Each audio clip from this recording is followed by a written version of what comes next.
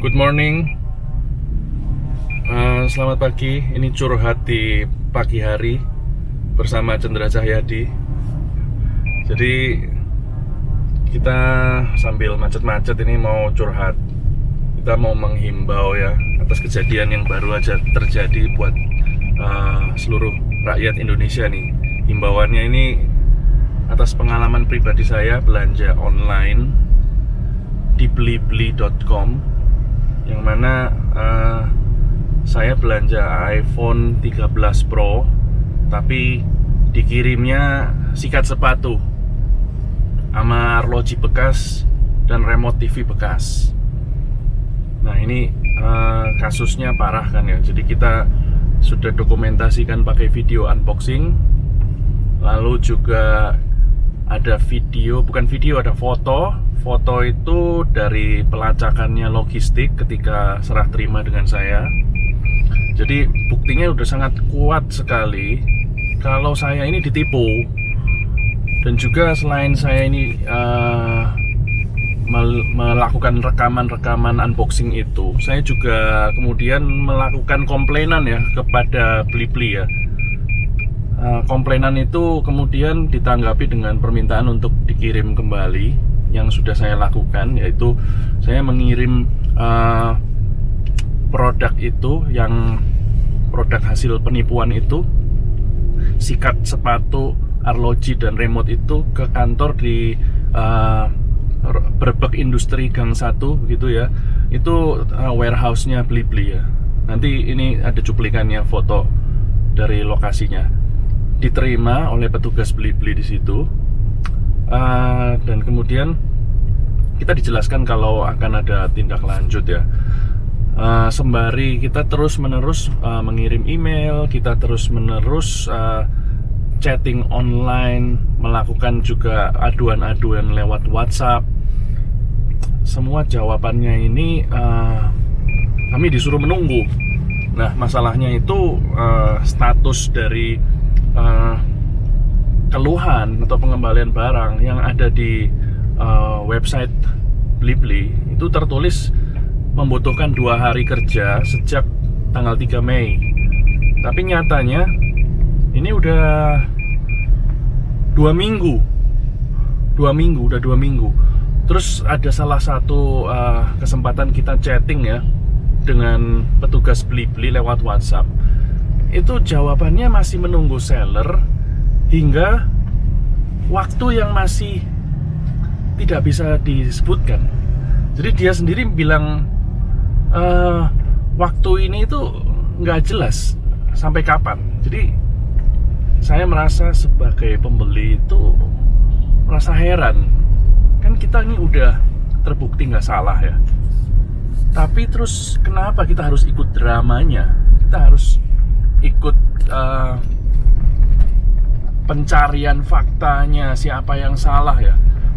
Seharusnya kan uang itu ada di tangan Blibli dan belum diteruskan ke penjual. Itu bisa dikembalikan ke saya. Ngapain harus tunggu sampai mungkin lebaran tahun depan? Terus juga waktu kita coba beli kembali ya, kita coba tes aja. Itu di situ kita lihat semua dari pengiriman itu ada tulisan sudah termasuk asuransi. Nah kalau sudah termasuk asuransi ngapain ya? Ngapain kita nggak dikembalikan? Ngapain itu harus ditahan ya? Untuk apa? Nah dari sini pengalaman saya ya, saya melihat bahwa Blibli ini ternyata nggak pro ke pembeli. Jadi slogan-slogan dia itu semuanya kurang bagus. Lalu dia ada salah satu kata-kata anti ghosting katanya. Slogannya customer service-nya anti ghosting. Sekarang status saya saat ini, saya mengirim email bertubi-tubi ke customer service at Blibli itu nggak ada balasan sama sekali, alias ghosting.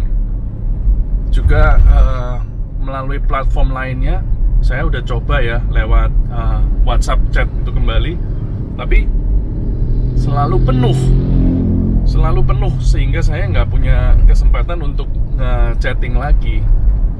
Nah ini mungkin banyak juga orang yang terjadi kasus serupa dengan saya.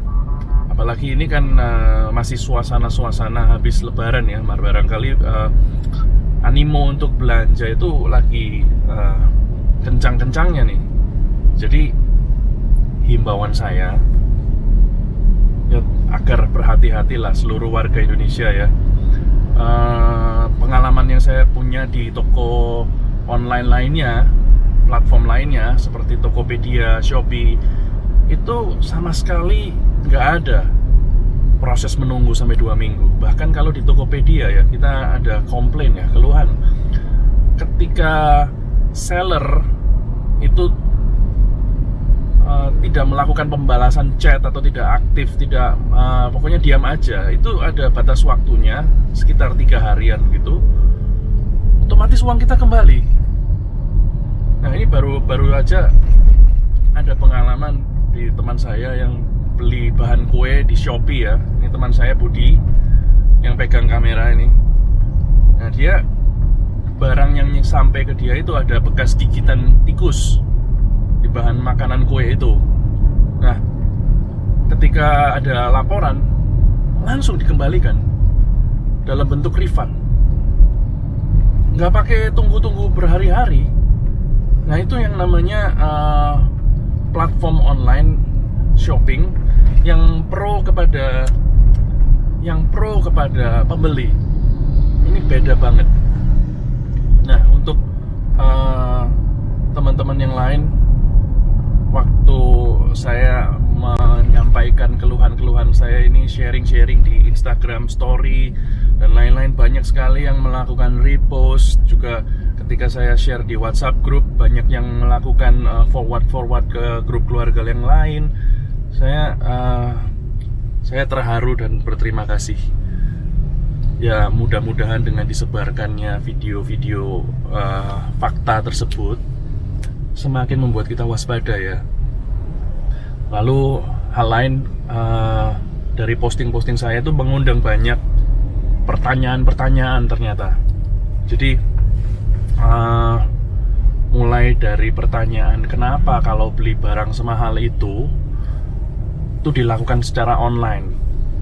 Nah, itu jawabannya ya karena kita udah terbiasa dari barang yang terkecil ya, kayak bahan-bahan bangunan. Kita lagi ada urusan-urusan yang bangun-bangun gitu ya, kita beli barang-barang itu perintilan semua, kita beli lewat online ya.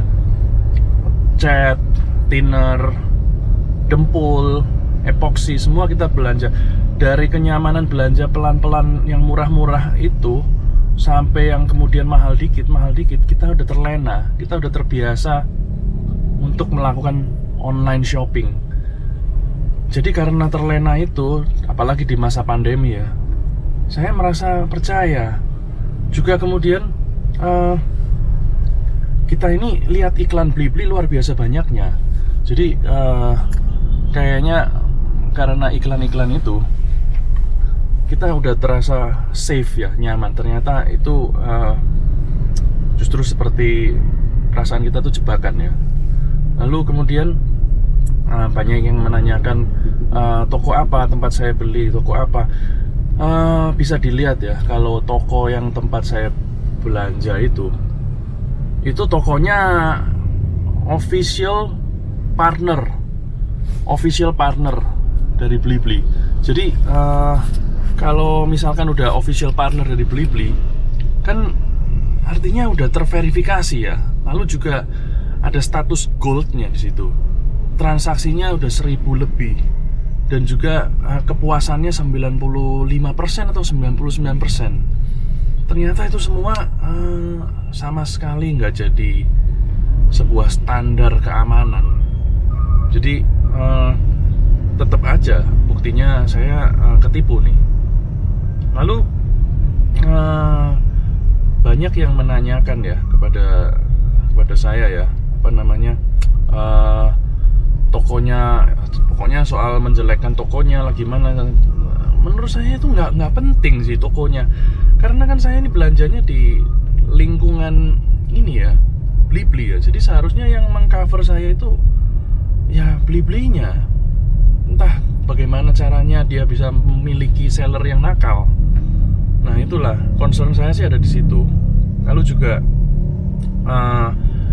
apakah saya pernah belanja handphone sebelumnya di online? Iya, saya pernah belanja handphone sebelumnya dan nggak ada masalah seperti ini. Dibeli-beli juga, beli televisi dibeli-beli, beli penyedot debu dibeli-beli robot untuk ngepel dibeli-beli, apapun udah belanja. Tapi sayangnya ini cacat sekarang, saat ini cacat sekali.